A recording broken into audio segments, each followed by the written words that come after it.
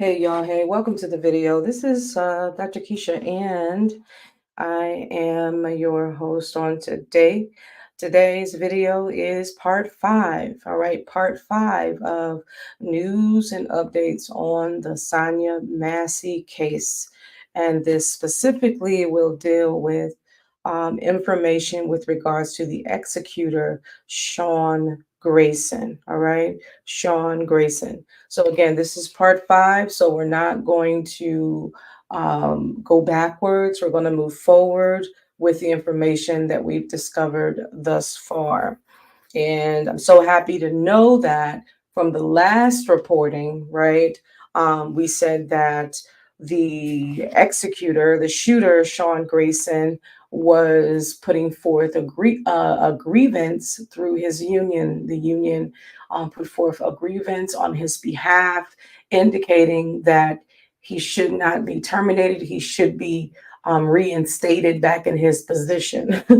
And that was a complete joke, especially since everybody and their mama have seen the video, right? The cam, the body cam of him going off. And here's the thing. And here's the thing, I'm sure they have access to the 30-something minute, because we've been really watching bits and pieces of the body cam. I don't think anyone, well, a few people said that they've seen the whole 30-something minute body cam from beginning to end. And I'm sure that they've had access to that body cam by now. And that's why they made this decision. So let's go ahead and share some information with you. And I'll give you something to watch, which will be almost a preview of all the things that have been reported thus far. So this particular video that we'll go ahead and loop for you is the actual video. Let me just take it back a little bit. Police is calling for the reinstatement. Police is calling for the reinstatement.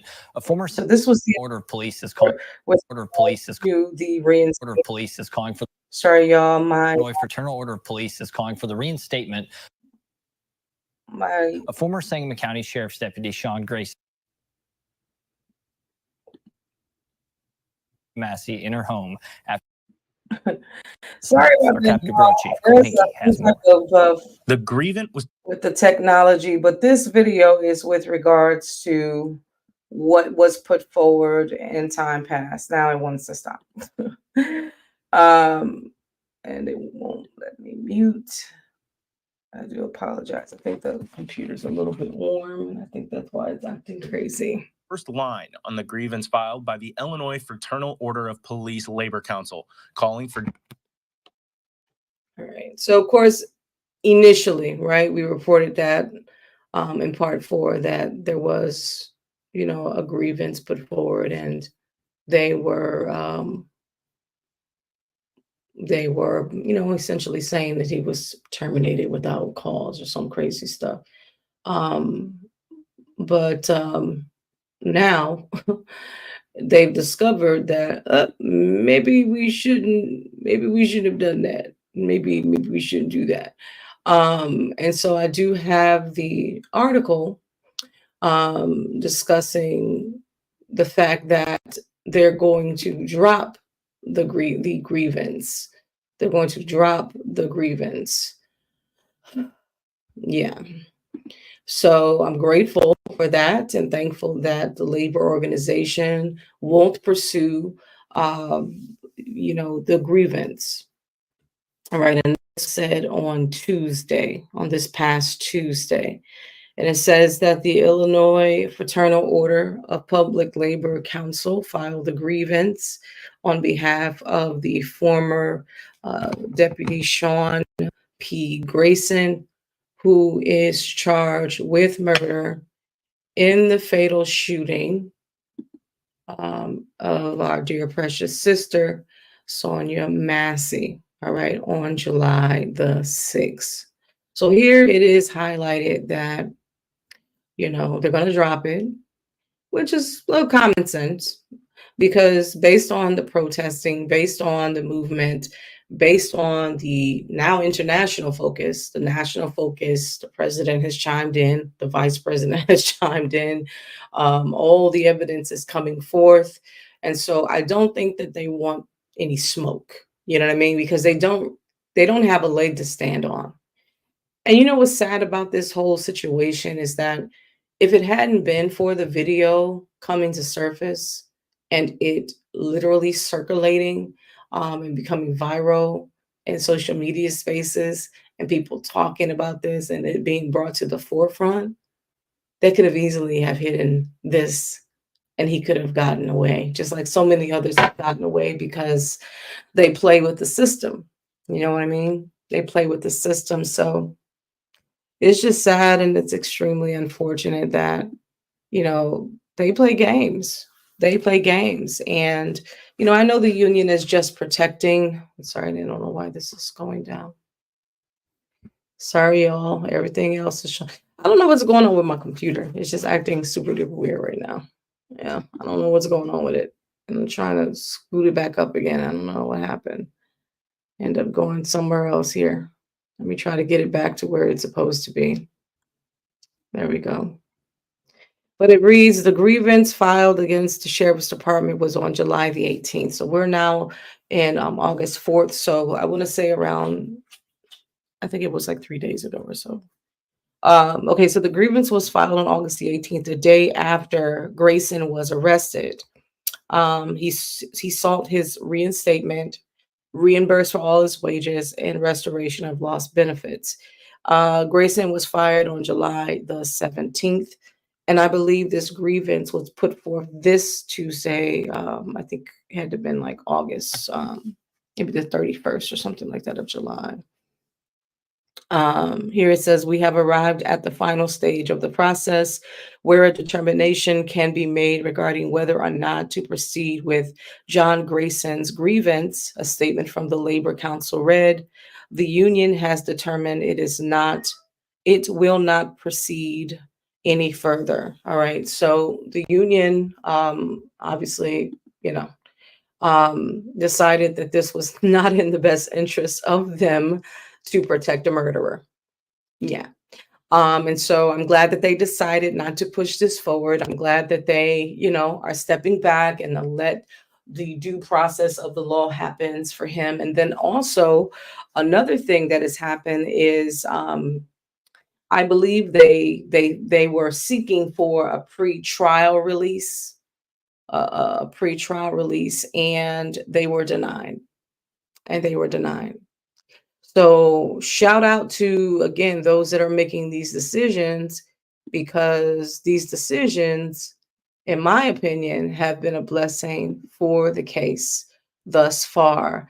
I think another thing that has happened since is I guess the chief sheriff is refusing to resign. I believe that he is being pressured to resign because obviously, we got to hold other people accountable. And the truth of the matter is that, to be honest with you, the whoever hired him should be held accountable, because you have to look at the hiring of this individual with such a sketchy record. You know what I mean? So many red flags in his record. So to me, again, we always our default is, let's go to training, right? Let's go to training. Let's talk about training because, it's the training. No. How about the hiring practices, right?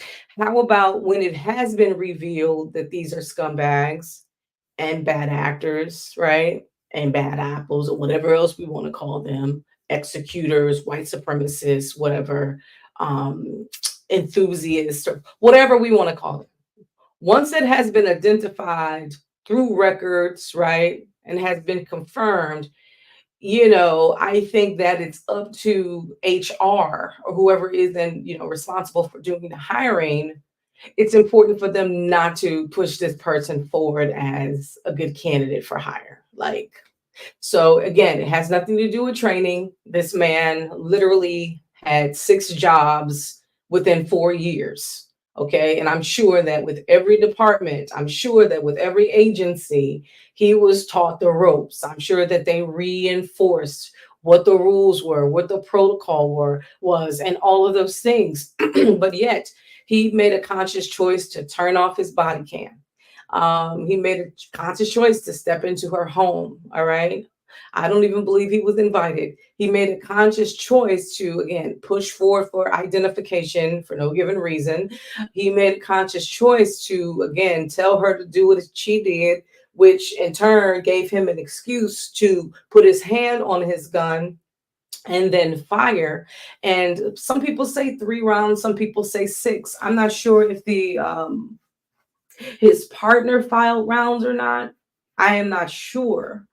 I'm thinking no. I think that he just had his hands on the gun, and I think he was a bit confused because remember, because people want to put the partner in there. I'm not 100% sure whether the partner is innocent. Personally, the partner could be just as guilty. I'm not sure, but all I know is that he had his cam on, so he gets points for having his cam on, and he also gets points for trying to administer some type of CPR, some type of first aid to this lady, because that gives him another strike because Sean Grayson refused to do it. And not only did he refuse to do it, when he finally made a commitment to do it begrudgingly, he dragged his freaking feet. He dragged his feet like, I don't want to do this, die. And it's crazy because, again, all of these things, he knows better. So if I was a union rep, I would have a difficult time, fighting for this person and all. So I'm grateful that, the union has opted not to, chase after this grievance or whatever, or to defend him because it's undefendable. How can you defend somebody who's undefendable? Like, it is clearly black and white, literally black and white. There's no defending. What can I say? Like, to defend this person. You know what I'm saying? So I just wanted to give you this video just to give you some updates on this case. And so I will continue to do that because we got to keep our foot on his neck. We got to keep our foot on his neck and also on the neck of the system. And I know that there were people, I know this one lady in particular, she was like, well, my son, I had a problem getting the body cam, and I'm trying to understand why, they were so willing to release the body cam and all this other stuff. Probably because they felt guilty. Because they freaking unleashed a monster. And because of his background and everything else, that all this stuff that's coming out, it's making them look bad. And remember, it was the police. I don't know who exactly that gave the family misinformation regarding her death.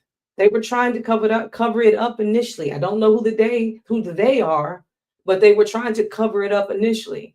So now that all these things are coming out, they're looking crazy out here in these streets. So I think that now, we got you, right? There's just no wiggle room out of this.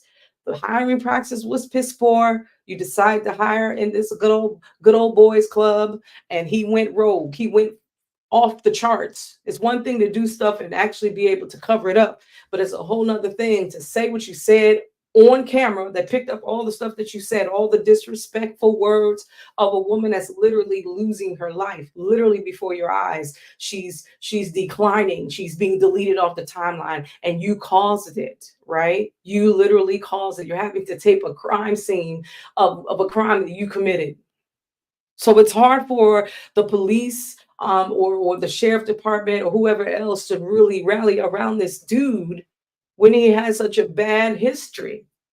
It's a lose. Now, had this stuff not come up, then perhaps they might have gotten away. Maybe the family would have had pause, or, they would have had questions in their mind or felt uncomfortable about it.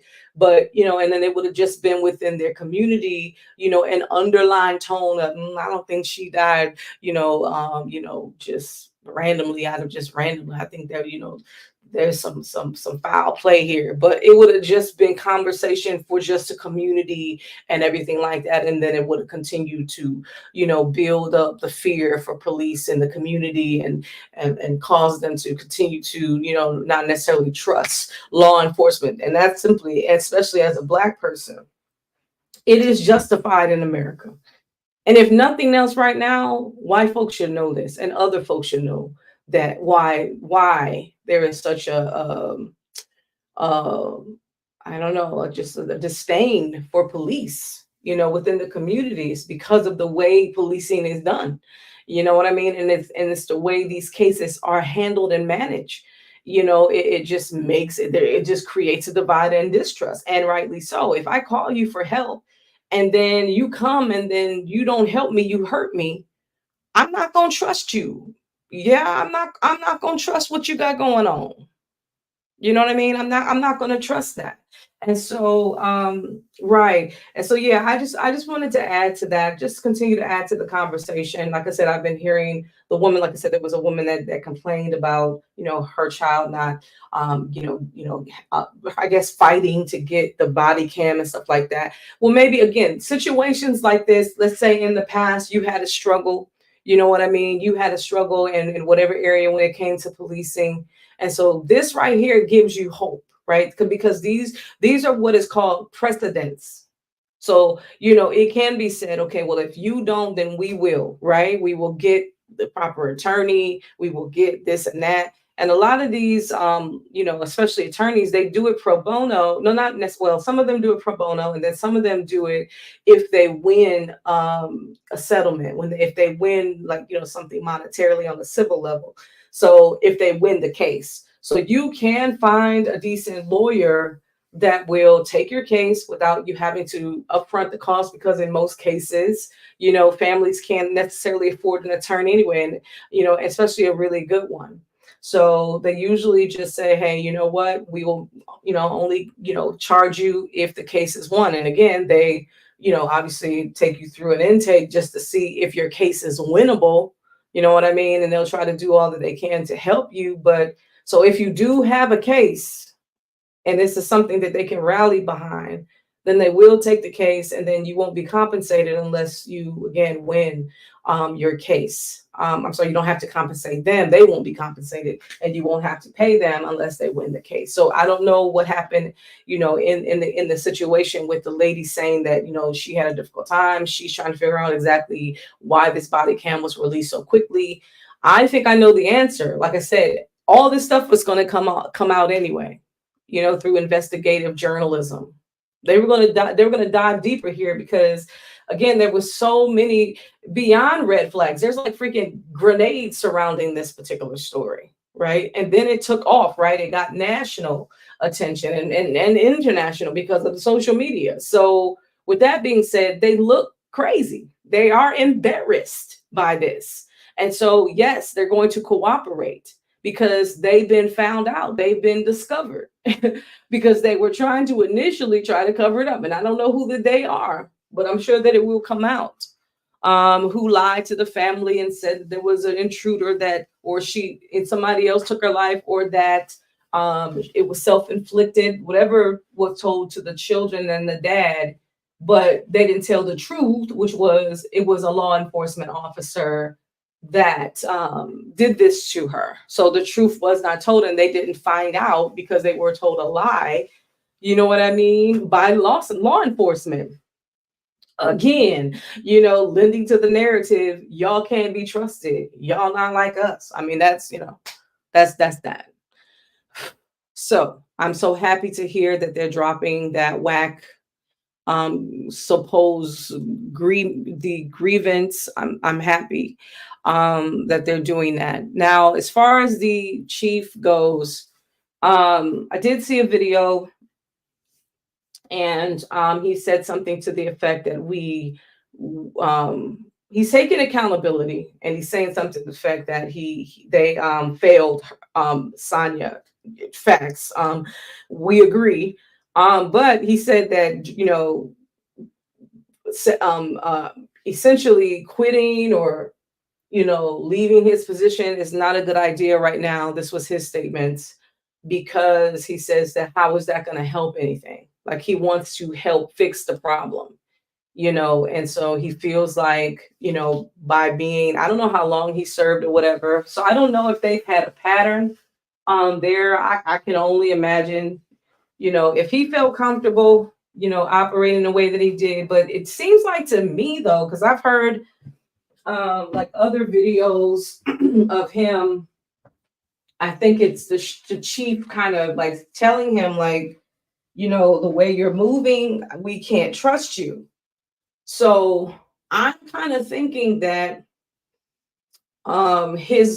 he did try to reel him in, and I'm thinking that, you know, there was some effort on their end to try to I don't know, somewhat restrict his movement or somehow correct him in some way, or at least give him warning that you can't, the way you're moving right now, I'm noticing the way that you're moving is, you know, is suspect, and you can't move that way. There was a video, I'm sorry, an audio. I don't think I saw a video, but I heard an audio of him saying that to him. So I'm not sure if it was the night of the incident or whatever, because all the, you know, what he was reporting wasn't lining up with what they were seeing.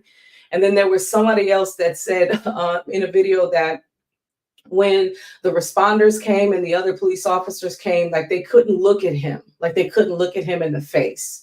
Like they knew that he was lying. They knew that he was out of pocket with all the stuff that he was saying, you know, calling her a female dog and saying that she was crazy and all this other stuff. They felt like something ain't right here. You know what I mean? Something in the milk ain't clean. Like something, like even they weren't like with what he was doing, with how he was moving. And then remember the moment when the partner was trying to, you know, do something to help her. And he was like, oh, she's breathing still. And he's like doing something. And he's like, okay, well, then I'll go get my medical kit or whatever. And he went out and he took forever. Like he ran around the block, no walked around the block, no crawled around the block. And then the guy said on camera, where is he? You know, like he took a long time. And then when everybody else arrived, he tried to act like, well, let me go get my kid. Like as if he, you know what, like as if he really, and at first he denied it, you know, denied her that. And then he tried to play it off when everybody, you know, came on the scene. Then all of a sudden he wants to do his job to try to play it off. So anyway, we can go on and on and on. He deserves every bit of dragging, every bit of tongue lashing, every bit of incarceration, every bit of prison time, every bit of lashing, beat down that he deserves. Because the truth of the matter is that regardless of whatever is done, if the book is thrown at him and he happens to go to prison, that still isn't sufficient, because this woman's life is gone. Like you, even in all of that, there's still mercy being exhibited, you know what I'm saying? And grace being offered in this situation with him, because his life is not being taken, you know? And so, you know, it's just sad. It is a crying shame. So let me just go ahead and end the live there. And again, we will continue to report on this, because I think that we need to know. We need to know what's going on, because we want to continue to help, not hurt. Because I believe that some of these other channels that are trying to defend this man is just ridiculous. Oh, there's another component. I did see a video recently. That showed, because again, depending on how the video is edited, you're not going to see everything. But, and then he did turn on the cam. He did turn on the cam a little bit later, and I think someone had did like a thing about the camera itself, the body camera, that says that once you turn it on, it takes a while to recalibrate, and then it goes back. Like you can't see, it doesn't record the audio when it goes back like a few seconds or something, but you can see the visual. All right, the camera just records, you know, just the visual, and then eventually it recalibrates, and then you can hear, you know, the audio and the visual part of it. But to my understanding, this is the sequence of how the situation happened when it comes to the pot, because there's some argument with regards to whether she threw the water or not. What happened was, again, she was told to go to the stove to take the pot off the stove, to turn off the stove so that there wouldn't be some type of fire. All right. And of course she complied. She went to the stove and she did exactly what they told her to do, which was to turn off the stove. Next, you know, the cop was giggling or whatever, and was making a comment about, you know, about the fire on the stove and this and that. And she said, what did you say? And then he said it again. And then she said, I rebuke you in the name of Jesus. Right. And he said, what did you say? And then she said, I rebuke you in the name of Jesus. And he said, you better effing not, or I'll shoot you in the face. So she put down the pot. She put down the pot. She had the mitts, the oven mitts in her hand. There was a red one and there was like a white, off-white one. She had the mitts. She proceeds to lift her hands up like towards her face. And then he pulled out his gun. All right. And then he said, they kept yelling. The first guy, the shooter, the executor, Sean, started yelling, put down the pot. She already had put down the pot. The other sidekick started yelling, put down the pot. So that was confusing her. And she stooped down. What she did was, because they kept yelling, put down the pot, she stood up and picked up the pot and put it down again. And then as she was going down, she was shot. So she was trying her best. And then she said, it's sorry in the midst of that. So she was trying to, she did have the pot in her hand, but there was no evidence of her trying to throw it. She was literally trying to put it down. She already had put it down when he said to put it down. And it confused her because she's like, I don't have the pot in my hand. And remember, she does have mental health issues. You know, she does have schizophrenia. I believe that was what she was diagnosed with. So he's giving her multiple orders, which created some level of confusion. But then again, it doesn't really matter if she did try to throw the water on him. And that wasn't the case, but let's go with that. It's still not, it just does not justify the means of force, the level of force that was used on her. And again, he did not follow proper protocol, because there were other things. The first order of business is to try to diffuse the situation, to de-escalate, not to escalate. He escalated it. So he still didn't follow protocol, even if the water was a threat, which it was not at the time, if they're honest about it. And I'm sure the buddy cop, you know, he probably doesn't want to lose his job. So I'm sure that he's cooperating, you know what I'm saying? Because he doesn't want to be dragged into this with this dude, especially if he had nothing to do with it. So I don't blame him. So this is just to those folks that really, really believe in their heart of hearts, based on what they thought they saw, that this woman tried to be a threat to him. And again, he's 6'5". She looks about under 5'5". She maybe looks like about 5'3". She looks very short and, you know, very petite. She absolutely was no threat at all. They came into her home. They started looking around. They started talking to the lady. They started encouraging her to do all these things. She was not a threat at all. At all. So there's no rhyme or reason, no justification. And it's funny because now that the cops and the sheriffs are in compliance, they're really complying and everything, right? Why are people jumping on this bandwagon? Because this man was making as if something was happening that it wasn't.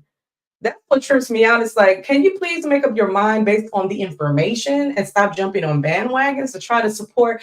I get people are police enthusiasts. I get that people, you know, they got family members that are cops. And so for them, it's like, let me defend my family. It's not your family that's on the chopping block right now. It's not your family that did this dastardous deed. It's not your family. You know, you're not defending your pops. You're not defending your granddaddy. You're not defending yourself as a cop.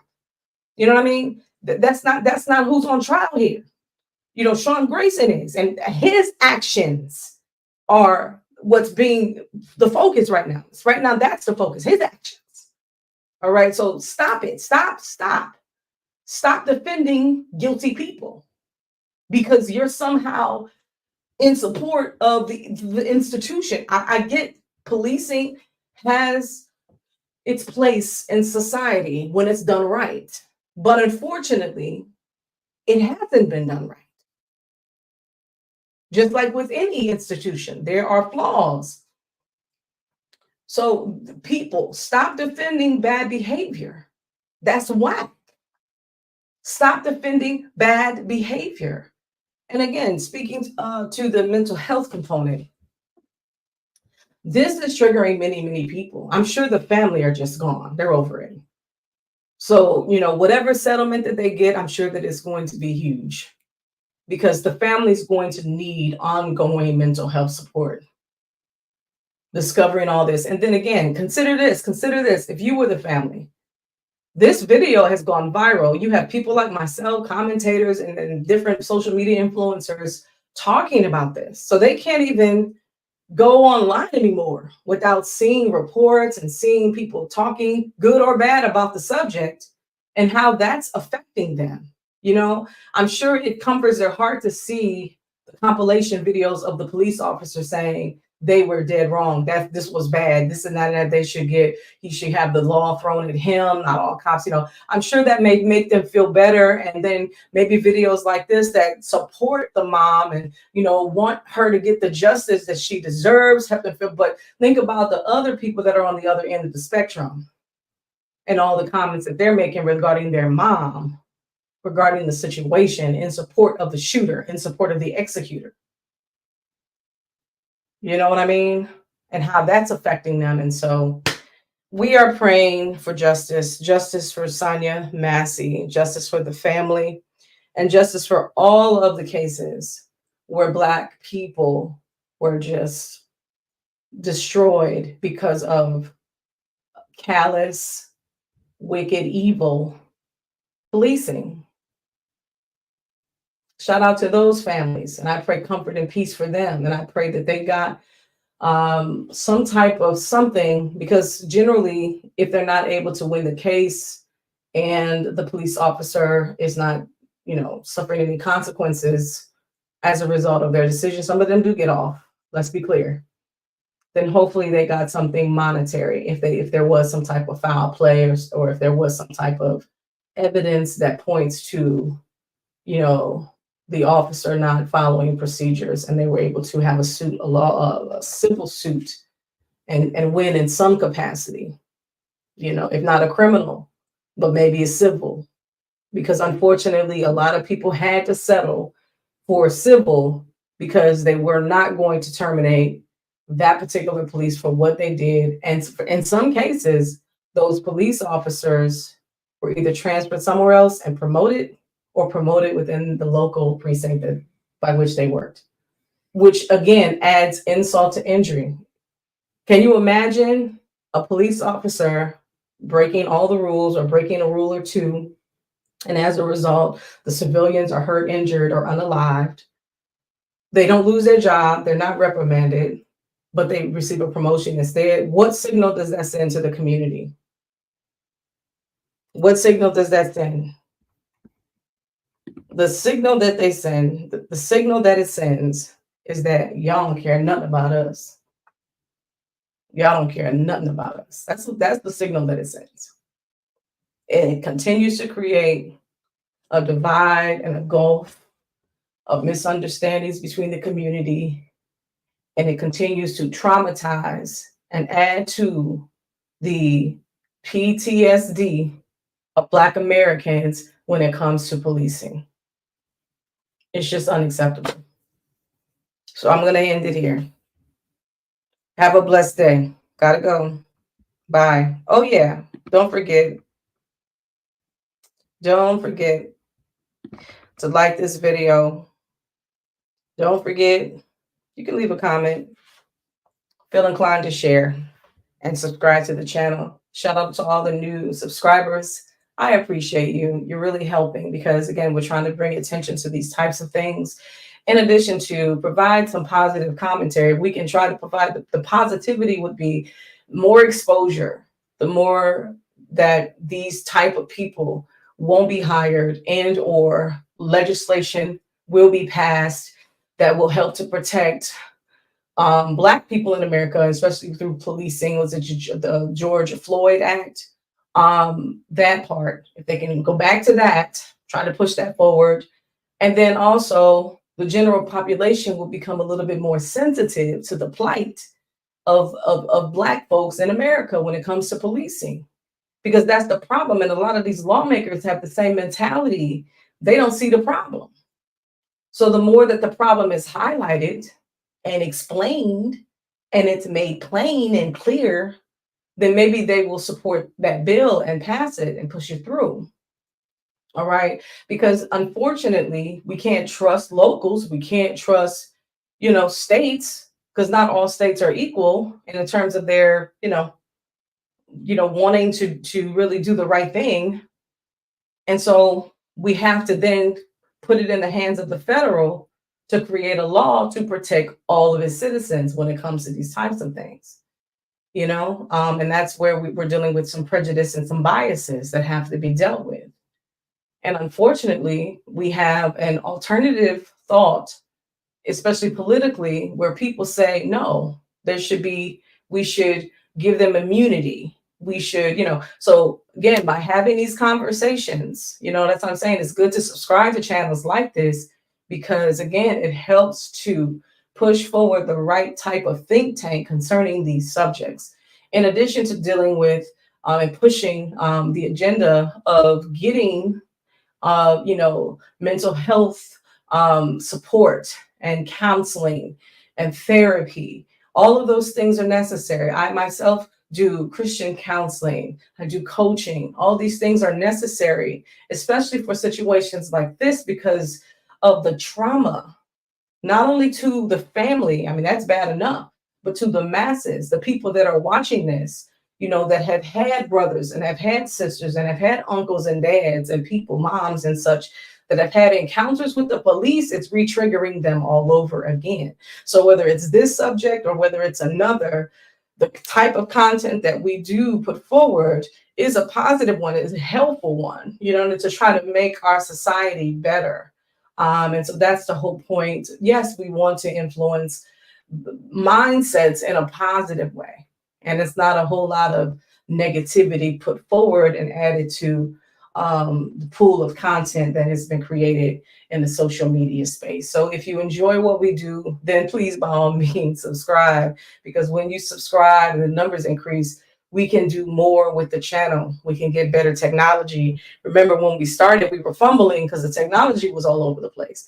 We can get better tech, if the subscriptions, the numbers increase. We can get better tech and a better situation when that happens. So shout out to you for all of that you do.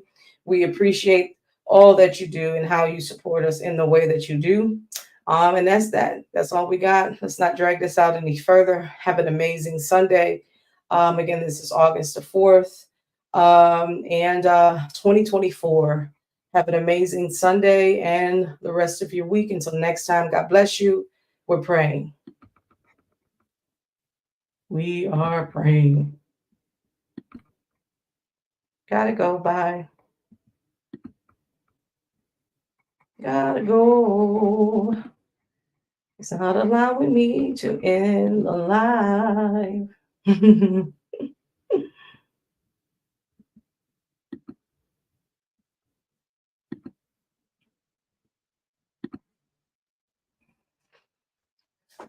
See, this is why I need those numbers increased so I can get a better situation, child. Ooh-wee.